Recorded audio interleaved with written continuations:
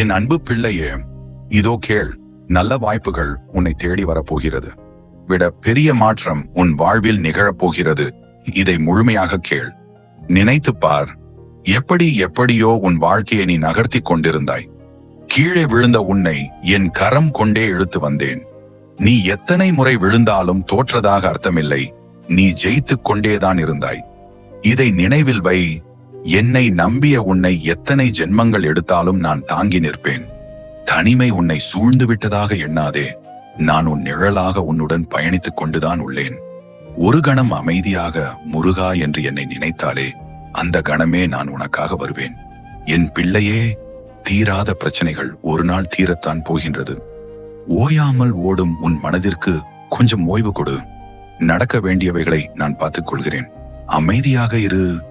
அடுத்து வரப்போகும் நாட்கள் உனக்கு நன்மையுள்ளதாக இருக்க நான் இருக்கிறேன். நீ இழந்தது எதுவாயினும் அதை நான் உனக்கு திருப்பி தரப்போகிறேன்.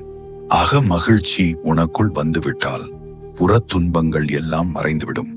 உனக்கான நல்ல விஷயங்கள் வரும் நாட்களில் நடக்கப் போகிறது. நீ எதையும் நினைத்து கவலை கொள்ளாதே.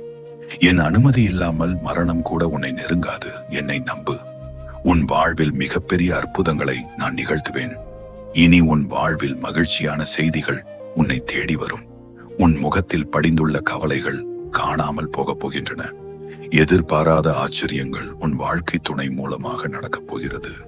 சில நாட்களுக்கு முன் நீ கவலைப்பட்ட அந்த விஷயத்தை சுகமானதாக நான் மாற்றிவிட்டேன்.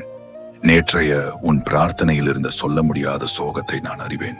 அதை சரி செய்து உன் வாழ்க்கையை நீ நினைத்த மாதிரி அழகானதாக நான் மாற்றுவேன். இது என் வாக்கு.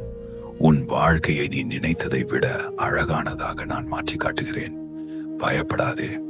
உன் தகப்பன் நான் இருக்கிறேன். வெற்றி உனதே. ஓம் சரவண பவ.